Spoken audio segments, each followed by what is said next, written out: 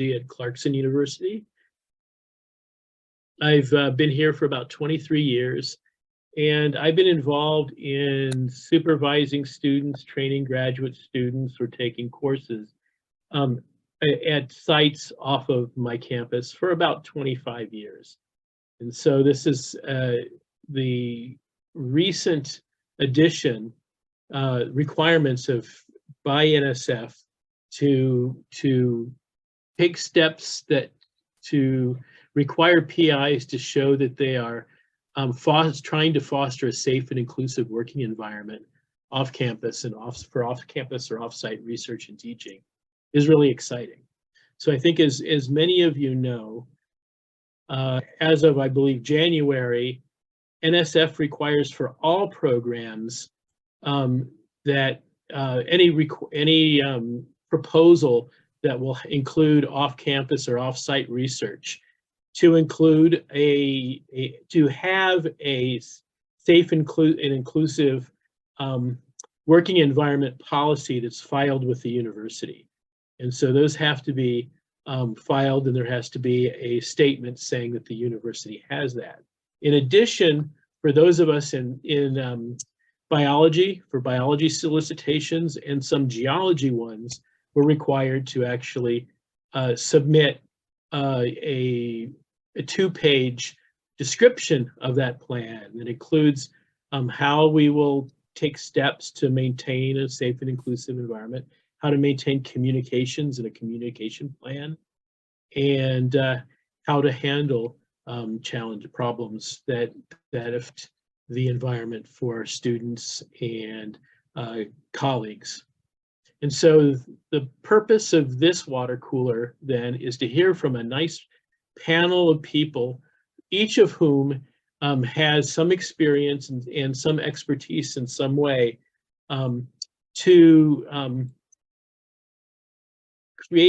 maintain having a plan and using it to help support and provide a safe environment and inclusive environment for our students and colleagues.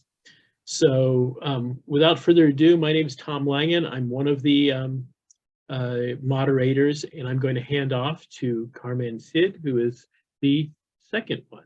Carmen?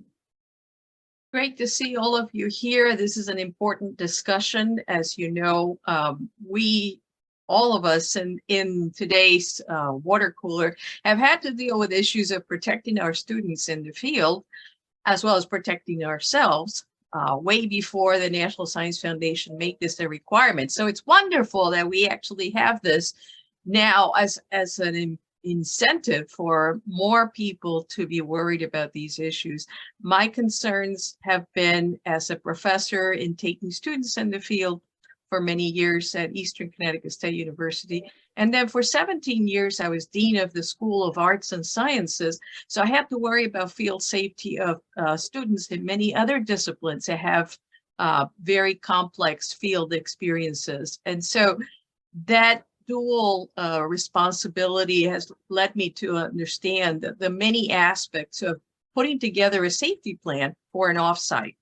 And some of you are doing it for the first time. Some of you have had these experiences and you can share. So the whole audience is full of experts. We're just starting the discussion and in this kind of situation, and it's about time. So I'm going to start. I'm just going to go around with the speakers that were listed as they show up on my screen and just mentioned. We're starting with Natasha Woods, who's at Moravian University in Pennsylvania, but she takes her students to Virginia, to Hog Island, where she's doing her research there.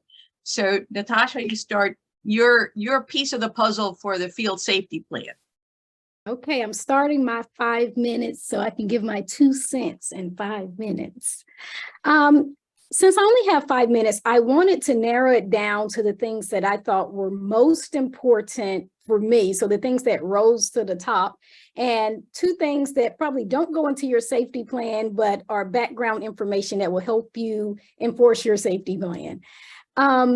Anytime you're in a situation where people are outdoors. It may be require special clothing, such as if it's really hot, they need to be wearing certain attire. If it's cold, they need to be wearing certain attire. Where you're in your field safety plan, you may actually say, okay, you need to wear X, Y, Z. But you also, it's going to be really important to include that if you don't have these items, please see me. Because if you don't do that, there's an expectation you set up that students have these things, and they don't want to be the one person that doesn't have them, so they will go without them. You don't want to put your students in a situation where they're going without something and you're having to problem solve in the field. Why don't you have this? Well, I don't own this. So if you tell them that it will be provided for you, then there's an expectation that not everyone has it. So I think that that would be very important. Like Carmen said, my field site is very remote. So first aid, CPR training. Yes, it's going to actually cost money to have a really effective safety plan. So be ready to have at least a few members of your team, if not all members of your team, know first aid or CPR. Also, at our site, what's really been important, they're really great about safety. We carry cards with contact information of people who can verify our identity, who we are. So people don't just have to take our word for it, right? Here's somebody you can call if you need verification of why I'm here. But at the same time, if we're in an emergency situation, we also have numbers of people who are relatively close by who can get to us by boat. So always have that information, not just in electronic form, because electronics, you know, they can get wet. All these different things can happen to them. Make sure they also have paper form, right? So that they can easily access those numbers. These are some of the things that have just been really important for us and where we are in our site. Remember that all outfits that people are wearing outside may not be conducive for every member of the team. So if you're saying, okay, it's going to be a day where we're wearing layers, not all of your students are going to feel comfortable wearing hoodies and going bird watching, right? And so they may not feel comfortable telling you that. So make sure you're thinking about those things and how your students may be perceived in the natural environment.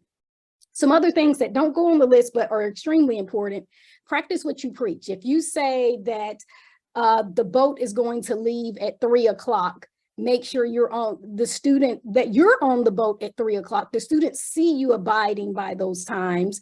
If you say we're not going to go out in the field when the heat index is 105, make sure you're abiding by those times, or they're going to think it's optional, right? You need to drink water often when it's hot outside. Make sure you're modeling the behaviors that you want your students to model. One final thing: you're going to have to get comfortable having uncomfortable conversations. The race conversation has to happen before you go out into the field. Yes, in the academic environment, we're all equal. That's great. And we get comfortable not talking about race. Well, let me tell you, when you go out there in the field, people are making those differences, and you need to figure out how to keep your team members safe. If you heard your students even talk about race and you say, oh no, that person is just like that, oh, don't get offended by that, then they're going to feel like you're not their advocate, and they may be more reluctant to talk to you about these issues that they may experience in the field. So always try to be understanding, listening when they're telling you about things, because then that makes them more willing to trust you with things that happen out in the field and that are sure to keep them safer than if they're afraid to tell you about these things that are happening in the field, because they will experience the field differently from people who are not minorities. That may be my 5 minutes. Thank you guys for listening. Thank you, Natasha.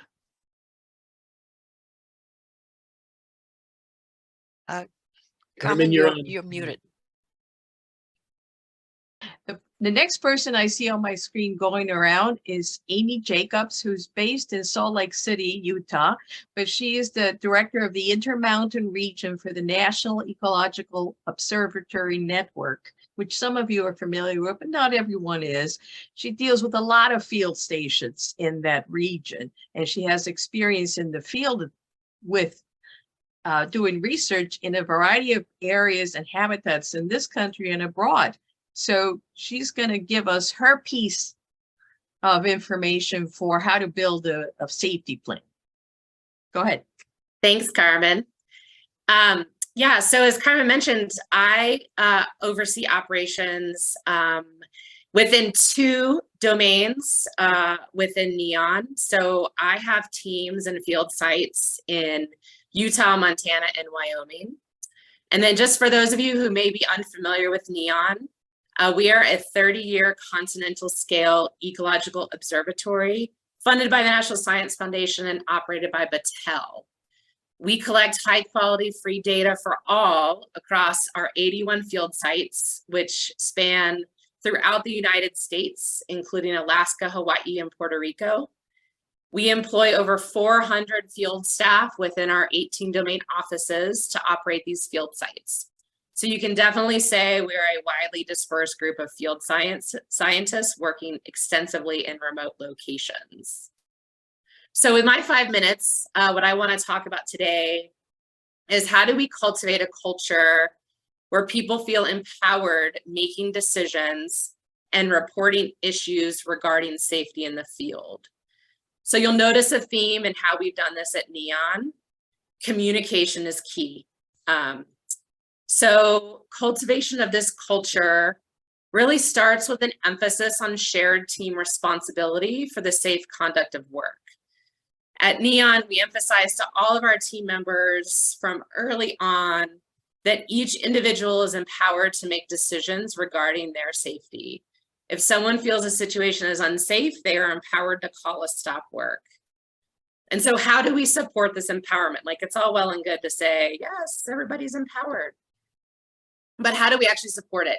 So at NEON, this begins with frequent communications at daily tailgate safety discussions that each of our teams across all of our field sites engage in, and then weekly staff meetings. We've found that this frequent talking about safety keeps everybody safety aware and provides an inclusive environment by normalizing conversations about safety, thereby encouraging individuals to speak up and alert others when they feel unsafe. Our field teams also utilize after action reviews, 5 and root cause analysis tools to facilitate identifying and sharing of best practices and areas for improvement. These structured tools are used to provide a safe space focusing on what happened and why, not the who. This allows for transparency, openness, and discovery in our discussions. To improve the conduct of work, managers also solicit, accept, and provide constructive feedback and advice through regularly scheduled one-on-one meetings. NEON as a whole also solicits feedback via our diversity, equity, and inclusion integrated products team, our continuous improvement team, anonymous staff surveys, and both digital and local suggestion boxes. We've also established numerous pathways of communication to enable individuals and field teams to report unsafe practices. So each of our teams has a company provided communication device, whether that's a mobile phone, a sat phone, a satellite texting device. We want to ensure connectivity, especially in remote settings. So in the event of a safety violation, including on their person, individuals are directed to talk to a team lead, a field science manager, which is myself, senior management, our human resources staff, or if they don't feel comfortable talking to any of those folks, they can report directly to our Battelle